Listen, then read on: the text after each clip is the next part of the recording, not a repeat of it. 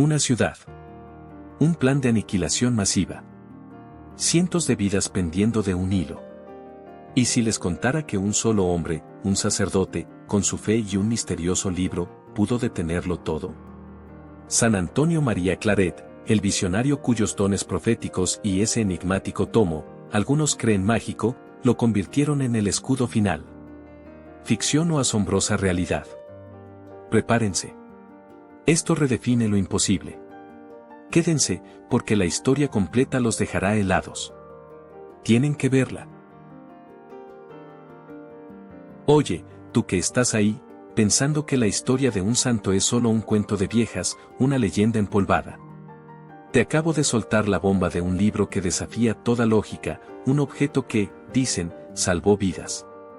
¿Crees que eso es solo un trulloncito, Pues déjame decirte algo, ese libro, ese milagro, esa chispa de lo divino, no fue un evento aislado. Fue una manifestación, un eco del poder que residía en un hombre que, antes de ser santo, fue un arquitecto. Un constructor de almas, un visionario que levantó un imperio espiritual desde la nada. No hablamos de un tipo con suerte, ni de un ermitaño metido en una cueva. Hablamos de Antonio María Claret, el que puso los cimientos de algo mucho más grande, mucho más trascendente que cualquier acto milagroso aislado. Esto no es solo la historia de un milagro, es la historia del hombre que fabricaba los milagros con su propia vida, con su propia visión incendiaria. Prepárate, porque lo que viene ahora te va a volar la cabeza, te va a demostrar que el verdadero poder no reside en un objeto, sino en la audacia de un corazón que se atreve a cambiar el mundo. ¿Quién era este Claret?, te preguntarás. ¿De dónde salió semejante fuerza, semejante determinación? Olvídate por un momento del santo, del confesor real, del profeta. Vámonos al principio, a las raíces, al barro de donde brotó este roble inquebrantable.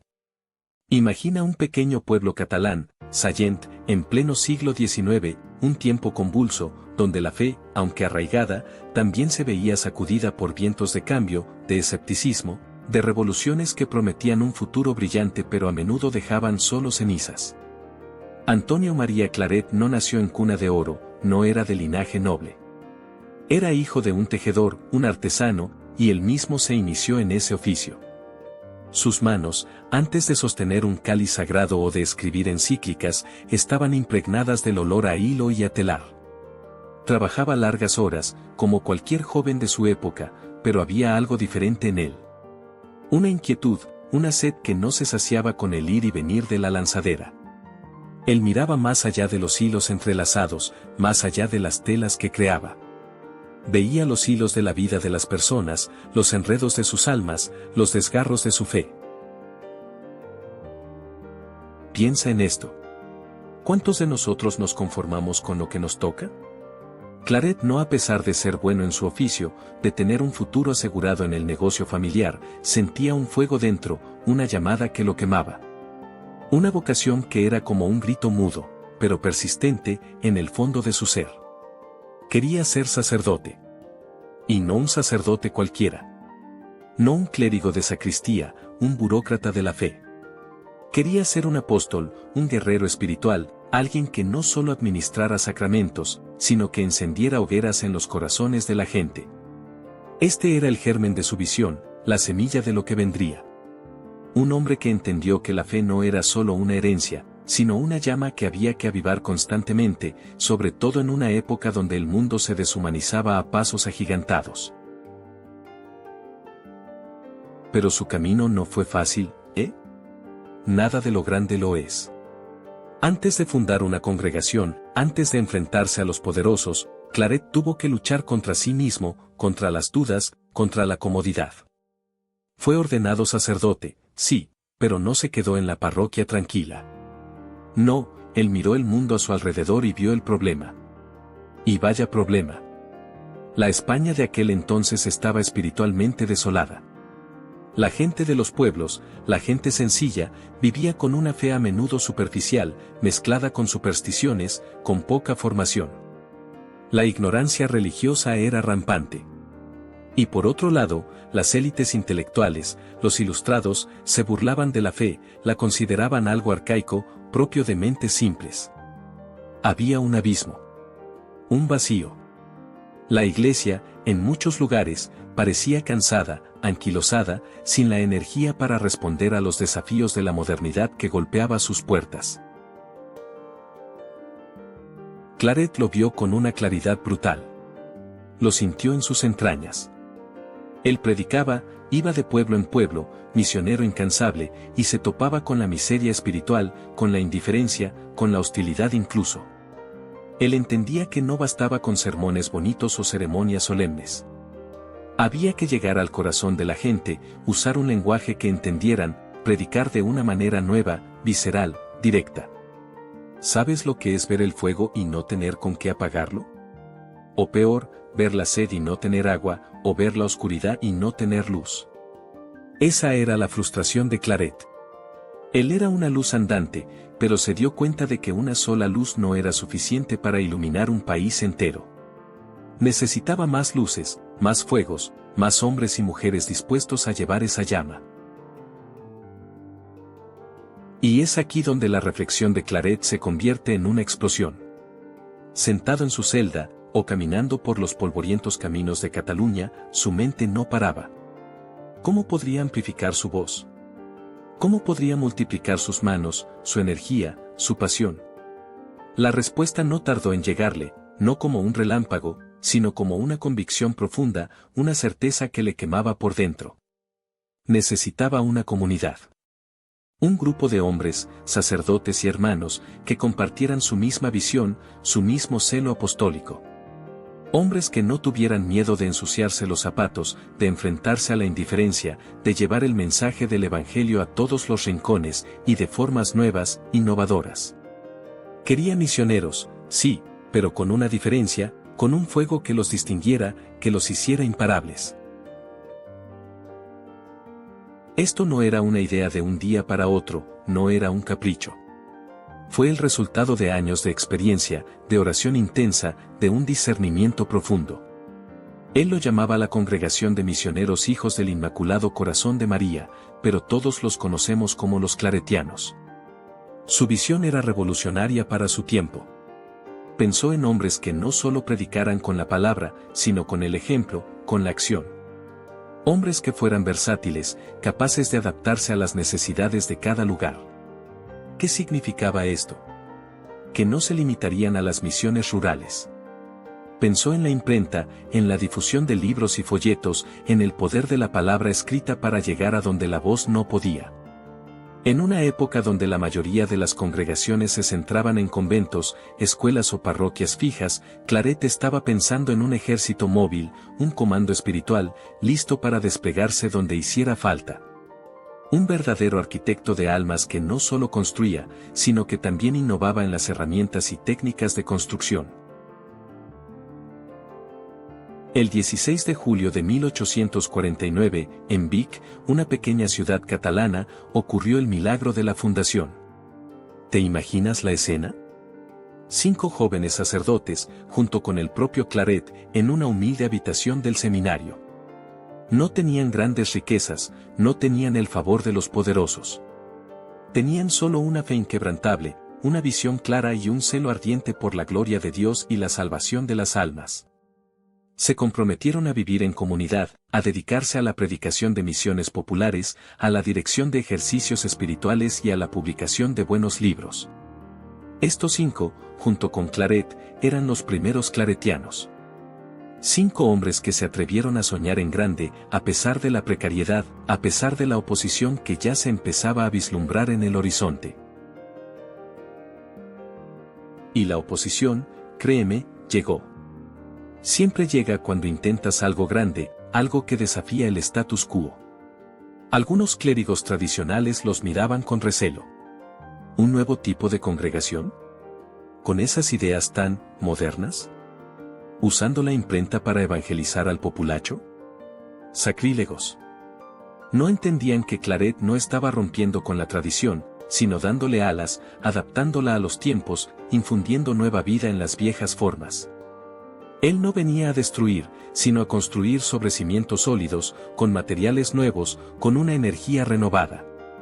La gente común, Sin embargo, los acogió con entusiasmo. Las misiones de los claretianos eran eventos masivos. Se llenaban las iglesias, las plazas. Su predicación era potente, directa, movía conciencias, provocaba conversiones masivas. Hablaban el idioma del pueblo, tocaban las heridas del alma, ofrecían esperanza. La acción de Claret y sus misioneros no se detuvo ahí. Su visión se expandió como un reguero de pólvora. No solo predicaban, también educaban. Crearon escuelas, formaron catequistas, establecieron imprentas. Claret fundó la librería religiosa, que se convertiría en una de las editoriales católicas más importantes de España. ¿Te das cuenta de la magnitud de esto? En un tiempo donde la información era un lujo, él democratizó el acceso al conocimiento religioso, a la buena lectura. Quería que todos, desde el más humilde campesino hasta el más ilustrado, tuvieran acceso a las verdades de la fe, explicadas de una manera clara, accesible.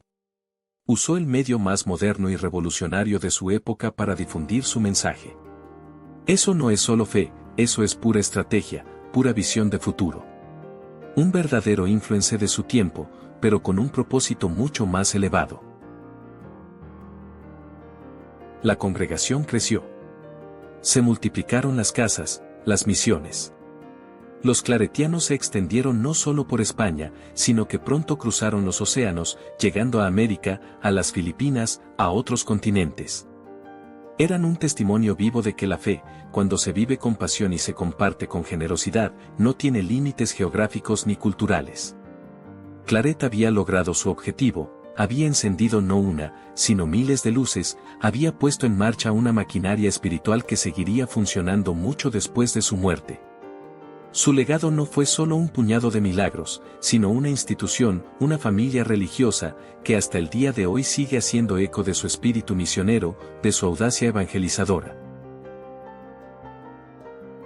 Lo que Claret sembró con esa congregación fue mucho más que una organización religiosa. Sembró la semilla de una transformación social, de un renacimiento espiritual. Les dio a la gente herramientas para vivir su fe, para entenderla, para defenderla. Les dio esperanza. Y al hacer esto, al crear una fuerza tan potente, tan influyente, ¿qué crees que pasó? Empezó a llamar la atención. A molestar a los que preferían la oscuridad, a los que se beneficiaban de la ignorancia, a los que querían controlar a la gente manipulando su fe.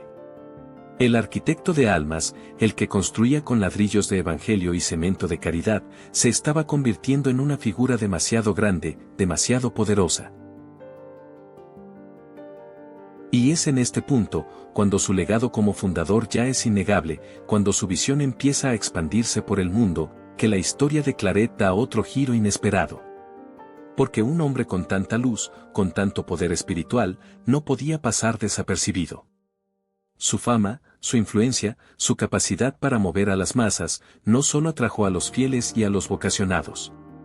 También atrajo las miradas de los poderosos. De la corona. De aquellos que veían en él una herramienta, o quizás, una amenaza. La misma fuerza que le permitió construir su congregación, lo lanzaría a la mismísima corte de la reina de España, donde sus dones proféticos, sus visiones y su inquebrantable carácter serían puestos a prueba de la manera más brutal imaginable. Prepárate, porque si hasta ahora te ha parecido una historia de fe y superación, lo que viene es un thriller político y espiritual que te dejará sin aliento. Un hombre del pueblo, un tejedor convertido en arquitecto de almas, a las puertas del poder. ¿Cómo crees que se las arregló? ¿Y qué precio tuvo que pagar por ello? La próxima vez, nos adentraremos en las sombras de la corona, donde la fe y la profecía se enfrentaron a la conspiración y la traición. Hemos hablado del arquitecto de almas, del visionario que sentó las bases de una congregación que, hoy por hoy, sigue dejando su huella imborrable en el mundo.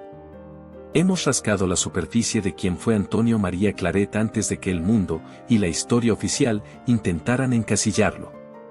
Pero, amigo mío, lo que viene ahora no es solo un escalón más en su vida, es un salto al abismo, una inmersión en las profundidades de un Juego de Tronos a la española, donde la fe, la política y el poder se mezclaban en un cóctel explosivo. Prepárate, porque esta parte de la historia de Claret te va a volar la cabeza, te va a hacer cuestionar todo lo que crees saber sobre la influencia, la traición y la intervención divina en los asuntos humanos. Imagina esto, un humilde misionero, consumido por el fuego de su fe, que recorre los polvorientos caminos de Cataluña y Canarias, predicando con una pasión que mueve montañas. Su único anhelo, su única ambición, es llevar la palabra de Dios a los más olvidados, restaurar la moral de un pueblo que se desangra entre guerras y revoluciones, y fundar una congregación que continúe esa labor incansable. ¿Lo tienes en mente? Un hombre de ropas modestas, con los pies en la tierra, la mirada en el cielo y las manos dispuestas al trabajo duro, al sacrificio.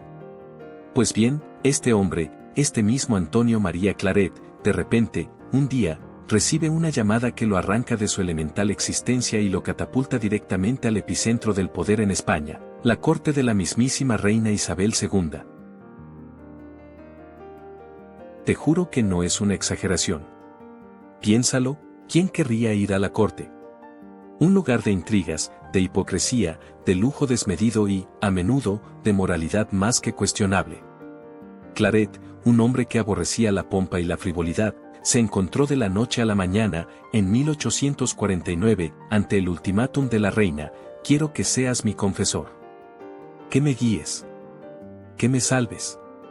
Un sacerdote con sus principios, con su integridad intachable, ¿cómo podría rechazar una petición así de la soberana de su nación? La responsabilidad pesaba como una losa, pero también era una oportunidad, ¿no?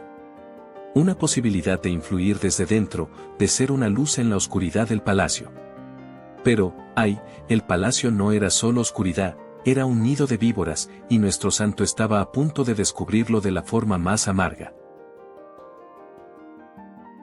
La España de mediados del siglo XIX era un polvorín. Las guerras carlistas habían dejado cicatrices profundas, las revoluciones liberales pugnaban por cambiarlo todo, y la Iglesia católica se encontraba en una encrucijada, amenazada por un anticlericalismo feroz. En medio de todo este caos, Isabel II, una monarca joven, impulsiva y con una vida personal compleja, buscaba desesperadamente una brújula moral. Había escuchado las maravillas del padre Claret, de su celo apostólico, de su santidad, de su capacidad para mover masas con su predicación. Lo veía como su salvador, su ancla en un mar tempestuoso. Pero claro, lo que la reina no anticipaba, y mucho menos los que la rodeaban, era la magnitud del terremoto que Claret provocaría con su sola presencia. Cuando Claret aceptó el cargo de confesor y, poco después, de arzobispo de Cuba, aunque la corte lo quería cerca, su vida cambió radicalmente. De las parroquias rurales y los caminos polvorientos, pasó a los suntuosos salones del Palacio Real. Imagina el contraste, él, con sus hábitos sencillos, su austeridad, su verdad desnuda, en medio de damas enjolladas y caballeros con ínfulas, donde el cuchicheo era el deporte nacional y la mentira, a menudo, la moneda de cambio. No le costó mucho darse cuenta de que había entrado en un nido de conspiraciones. El problema no era solo la reina, sino todo el entramado de intereses, de envidias, de rivalidades que bullían a su alrededor. Su primera gran batalla, su primer gran problema, fue mantener su integridad. La reina lo quería como confesor, pero muchos en la corte lo querían como un títere, un adorno más, un sacerdote de palacio que bendijera sus fechorías y legitimara sus decisiones interesadas. Pero Claret no era de esos. Su reflejo, su dolor más profundo, venía de ver la corrupción moral que corroía los cimientos de la nación, empezando por la cúpula. Sentía en sus entrañas la agonía de un país que se desviaba, y el peso de su conciencia le impedía mirar para otro lado. ¿Cómo podía un siervo de Dios guardar silencio ante la injusticia, la inmoralidad y la traición a los principios más básicos? No podía, y no lo hizo. Ahí comenzó su acción, silenciosa pero firme. Claret no era un político, nunca lo quiso ser. Pero la fe, la verdadera fe, tiene implicaciones políticas. Sus consejos a la reina, lejos de ser meras palabras de consuelo o absoluciones superficiales, eran llamadas a la justicia, a la piedad, a la responsabilidad de su cargo. Él la urgía a gobernar pensando en el pueblo, en la moral cristiana, en la estabilidad de la nación, no en los intereses de unos pocos. Le hablaba de la necesidad de reformar el clero, de mejorar la educación, de proteger a los pobres. Estas eran las semillas de su plan, un plan divino que trascendía las mezquinas intrigas palaciegas. Pero lo que verdaderamente lo convirtió en una figura temida, respetada por unos y odiada por otros, fueron sus dones proféticos. Y aquí es donde la historia se pone realmente visceral, donde lo místico se entrelaza con lo mundano de una forma que aún hoy nos deja boquiabiertos. Claret no solo era un confesor, era un vidente. Tenía la capacidad, o así lo atestiguan numerosos relatos de la época, de ver más allá de lo evidente, de percibir el futuro, de anticipar peligros y de discernir intenciones ocultas. Imagínate a Isabel II, rodeada de aduladores, de mentirosos, de consejeros que solo buscaban su propio beneficio. Y de repente, tiene a su lado a un hombre que le habla con la verdad, que le advierte de peligros inminentes, no por conjeturas políticas, sino por una luz interior, por una especie de cinematografía interior, como él mismo la describía, donde los acontecimientos futuros se le revelaban. No era magia, no era brujería, él lo entendía como una gracia divina, una herramienta que Dios le concedía para guiar a la reina y, a través de ella, a la nación. Hay relatos escalofriantes de cómo Claret, en medio de una conversación, de repente se quedaba absorto, su mirada se perdía en un punto lejano, y luego, con una calma que helaba la sangre, pronunciaba advertencias que luego se cumplían con una precisión asombrosa. Le predijo a la reina revueltas, caídas de gobiernos, incluso tragedias personales. Le advertía de conspiraciones específicas, de personas que la traicionarían, de movimientos políticos que buscarían desestabilizar el país. Esto no era una cuestión de mera perspicacia política, no. Esto iba más allá de la razón. Era una conexión directa con lo divino, o al menos, así lo interpretaban él y quienes lo rodeaban. ¿Puedes sentir el ambiente de la corte? Un confesor que no solo te da penitencia, sino que te revela tus más oscuros secretos antes de que los confieses, que te anticipa lo que harán tus enemigos antes de que muevan ficha. Para la reina, era un tesoro invaluable, una fuente de seguridad en un mundo incierto. Para los demás, para los cortesanos corruptos, para los políticos ambiciosos, para los enemigos de la Iglesia y de la monarquía, Claret se convirtió en una molestia intolerable, en una amenaza existencial. Ahí es donde la confrontación se vuelve inevitable. Su mera existencia, su honestidad brutal, sus profecías que desnudaban las tramas ocultas, lo convirtieron en un blanco. Se rumoreaba que la reina dependía demasiado de él, que sus decisiones estaban subordinadas a los dictados de ese fraile fanático. Las facciones liberales y anticlericales lo odiaban por su defensa férrea de los valores católicos y por su influencia sobre la monarca. Los cortesanos envidiosos, acostumbrados a manipular a la reina a su antojo, lo veían como un intruso que les arrebataba su poder y su acceso. La traición, en este contexto, no venía solo de un acto específico, sino de una atmósfera constante de hostilidad, de complots silenciosos que buscaban desacreditarlo, aislarlo y, finalmente, eliminarlo. Se extendían calumnias, se publicaban panfletos difamatorios, se tejían redes de intrigas para minar su credibilidad ante la reina y ante el pueblo. Él era el obstáculo para el avance de agendas que iban en contra de lo que él representaba, la moral, la fe, la verdad. Era un problema andante para todos aquellos que prosperaban en la oscuridad. Y Claret, en medio de todo esto, ¿cómo reaccionaba? Su reflexión era profunda, dolorosa. Se sentía como un pez fuera del agua, anhelando volver a sus misiones, a la sencillez de la vida apostólica. Pero su acción fue la de un soldado de Dios, se mantuvo firme. No cedió ni un ápice en sus principios. Sus consejos a la reina no se doblegaron ante las presiones externas. Su fe se hizo más fuerte, su oración más intensa. Él sabía que su presencia allí no era por su voluntad, sino por la voluntad divina, y que tenía una misión que cumplir, por espinosa que fuera. La justicia en este capítulo no es la derrota de sus enemigos, no aún. La justicia es la inquebrantable integridad de Claret, su resiliencia ante la avalancha de malicia. Es la confirmación de que, incluso en los pasillos más oscuros del poder, la verdad y la fe pueden brillar. Él se convirtió en una roca, un faro en la tormenta, para la reina y para aquellos pocos que aún creían en la moral y en el servicio desinteresado. Sus profecías no solo eran advertencias, eran confirmaciones de su autoridad moral, de que había una fuerza superior guiando sus pasos. Sin embargo, esta resolución, esta victoria moral de Claret, solo sirvió para echar más leña al fuego. Cuanto más evidente se hacía su influencia, su santidad y el poder de sus visiones, más peligroso se volvía para aquellos que querían verlo caer.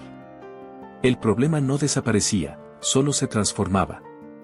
La confrontación se hizo más aguda, más visceral, y las sombras que se cernían sobre la corona y sobre el confesor se hicieron más densas, más tangibles.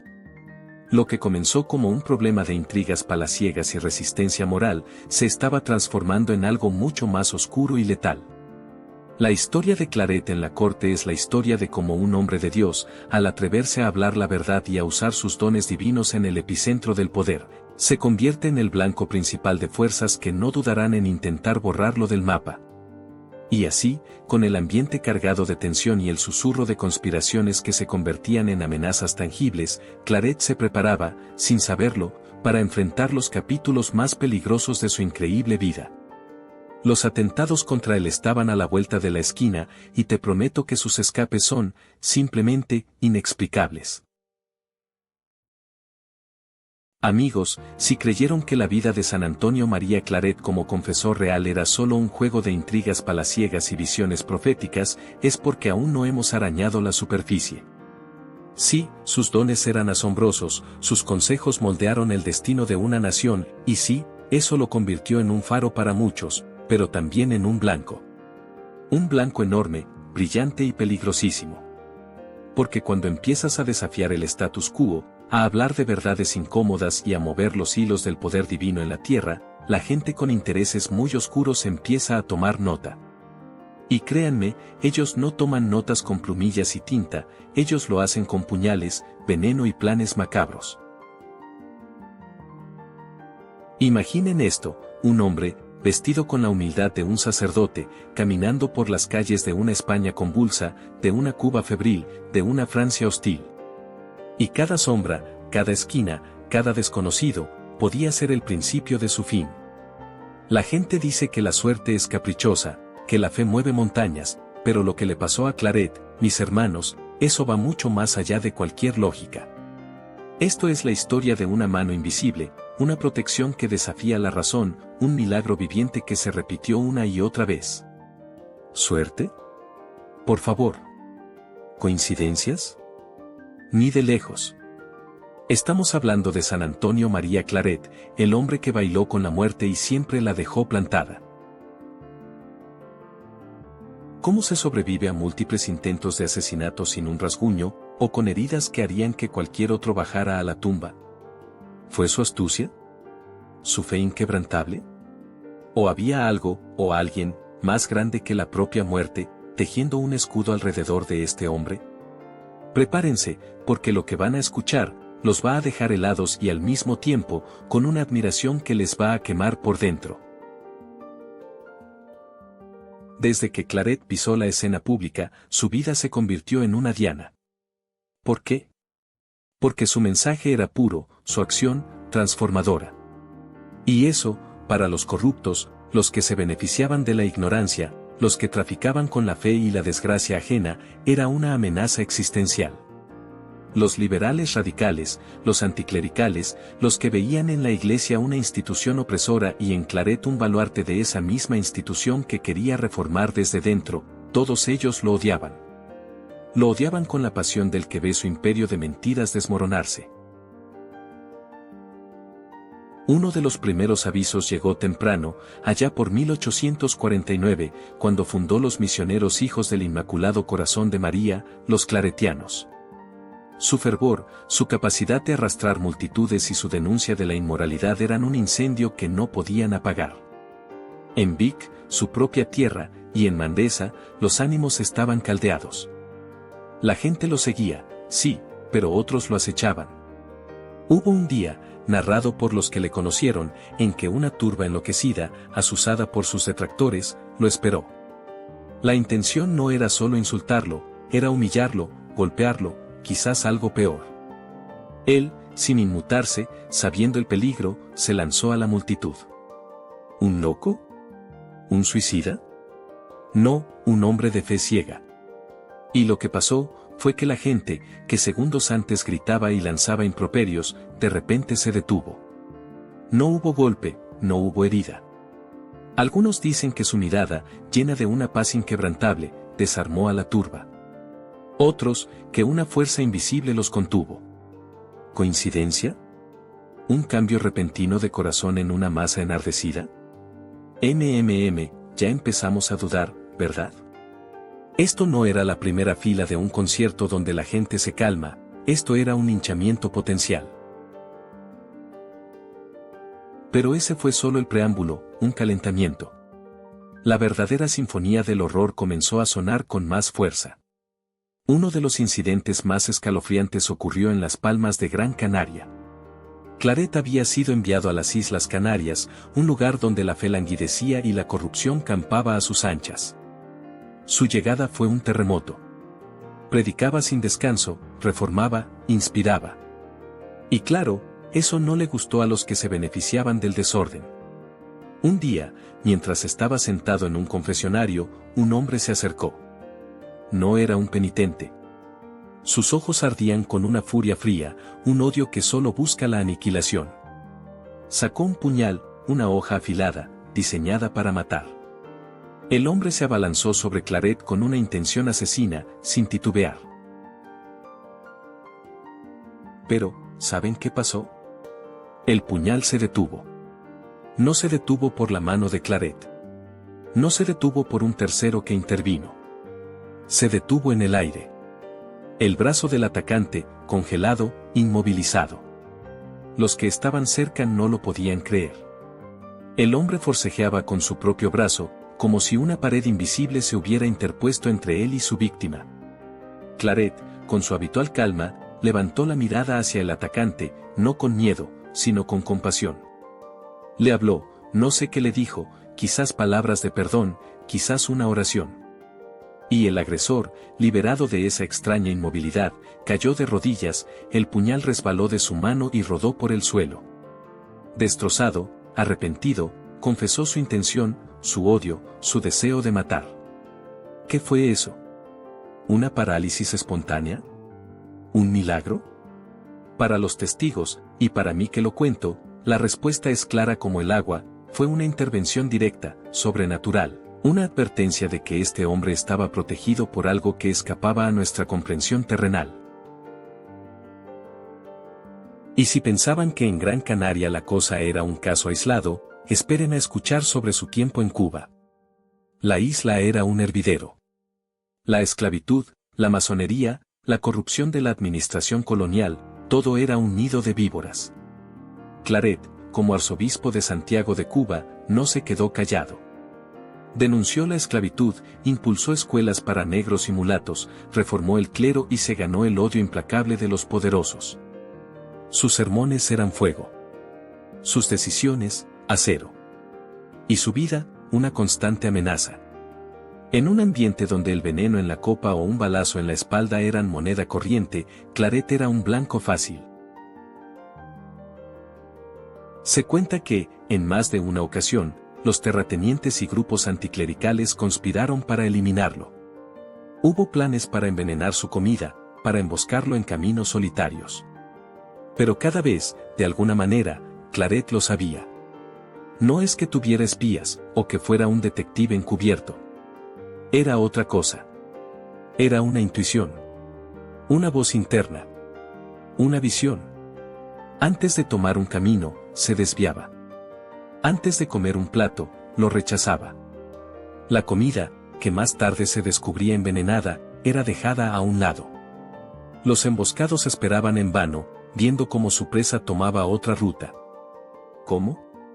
¿Cómo lo sabía? No podemos atribuirlo a la casualidad cuando se repite una y otra vez. Aquí no hay suerte, mis amigos, hay un designio. Un aviso que venía de alguna parte, de la misma fuente que le daba sus visiones proféticas, de esa mano invisible que lo guiaba y lo protegía. Él era un visionario, sí, pero también un superviviente nato, y no por sus propias fuerzas. Pero el intento más famoso, el más dramático, el que selló la leyenda de su invulnerabilidad, aunque esta vez con una cicatriz, ocurrió en París. Año 1868. La reina Isabel II había sido destronada por la Revolución Gloriosa en España y estaba exiliada en Francia, y Claret, fiel hasta el final, la acompañaba como su confesor. La atmósfera en el exilio era densa, cargada de amargura y conspiraciones. La política española seguía a la reina y a Claret hasta París. El 12 de agosto de 1868. Una tarde cualquiera. Claret, junto con otros, se dirigía a un servicio religioso. Caminaba por la Rue de la Pompe, una calle tranquila de París.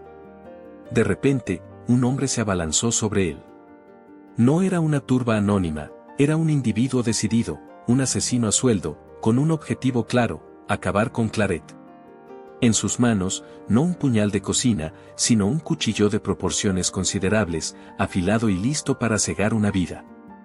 El atacante, un exseminarista renegado y furioso por las reformas y la influencia de Claret, le asestó una puñalada con todas sus fuerzas. Impacto. Un golpe seco. La hoja penetró el cuerpo del arzobispo. Un grito, no de Claret, sino de los testigos horrorizados. Sangre. Pero aquí viene lo inexplicable, lo que debería haberme hecho gritar corte. Error de guión, si esto fuera una película. El cuchillo, que debía atravesarle el corazón o un órgano vital, desviarse milagrosamente de su trayectoria. ¿Cómo? No había chaleco antibalas, no había una armadura oculta. La hoja, en lugar de penetrar profundamente y causar una herida mortal, se deslizó. Le hirió, sí, le causó una herida considerable en la muñeca y el antebrazo. Él cayó, o más bien, fue derribado por la fuerza del impacto. Pero no murió. No se desangró. Se levantó. Se levantó.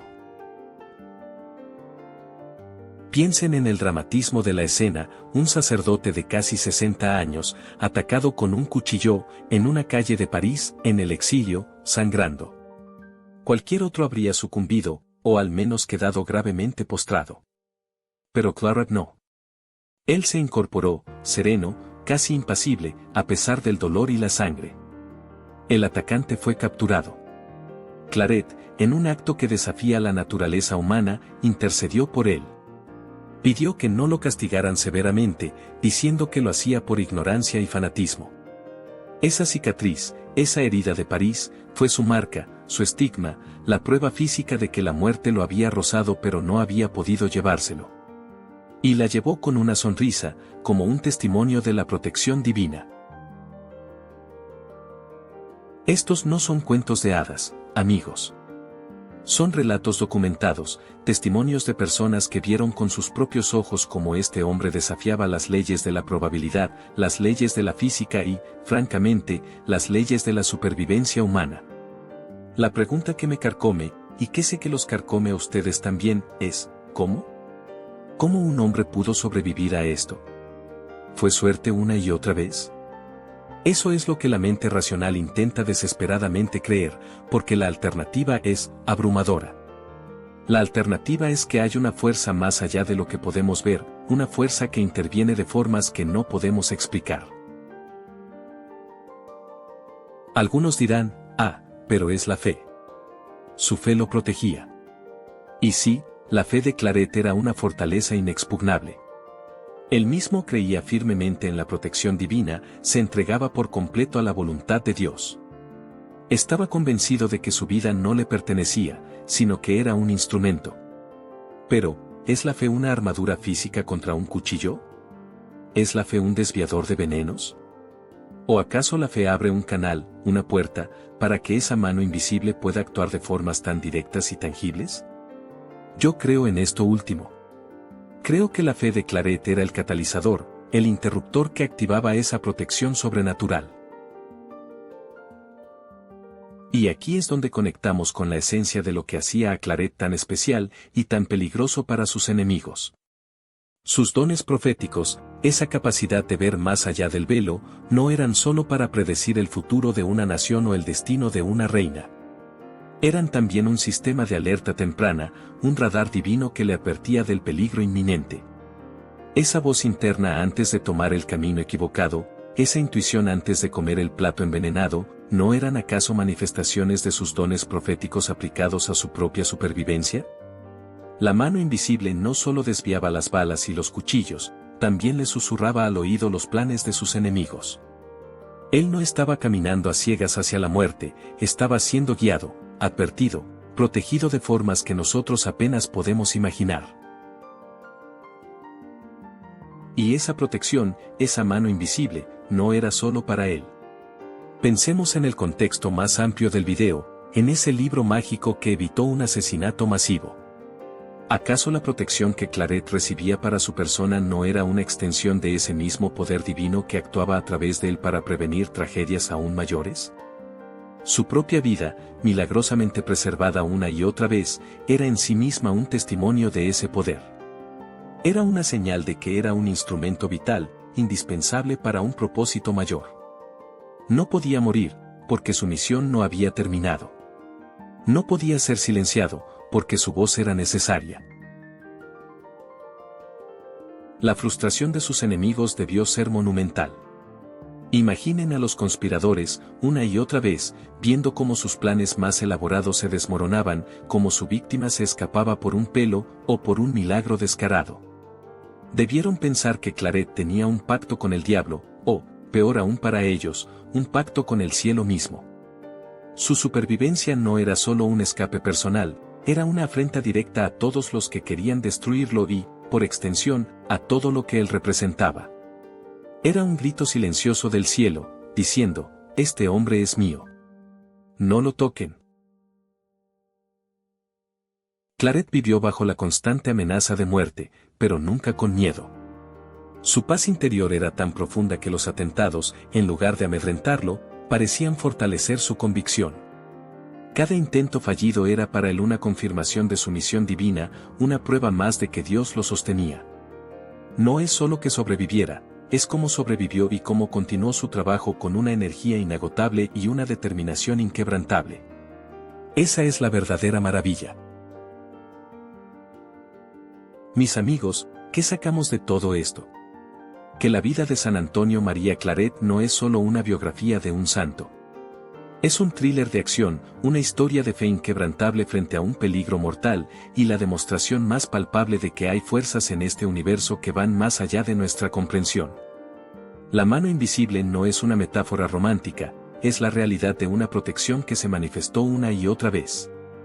Y nos deja una pregunta profunda: ¿existe esa mano invisible para nosotros también, en nuestras propias batallas, si sabemos cómo conectar con ella? ¿Tenemos también nosotros, cada uno, un propósito tan grande que el universo conspira para mantenernos en pie? La historia de Claret es una lección de resiliencia y de la existencia de lo extraordinario en lo ordinario. Nos muestra que, a veces, la mayor fuerza no es la de un ejército, sino la de una fe pura y una misión divina. Y nos prepara para entender que, si él pudo evitar la muerte tantas veces, es porque estaba destinado a hacer cosas aún más grandes, como la que exploraremos en el próximo capítulo, como un libro, aparentemente común, se convirtió en el escudo definitivo para evitar un asesinato masivo. Si quieren desenterrar más de estos misterios y ver cómo las lecciones de Claret pueden cambiar sus propias vidas, no se muevan, que aún hay mucho por desvelar. Y así, la vida de San Antonio María Claret, el visionario que con su fe inquebrantable evitó el horror, nos deja una lección. Su valentía nos inspira. ¿Cómo aplicas esa fuerza en tus desafíos más grandes? ¿Qué milagros personales has vivido? Deja tu historia de fe en los comentarios. Para seguir desenterrando misterios que nadie cuenta y desvelar verdades, suscríbete al canal. Nos vemos en la próxima revelación.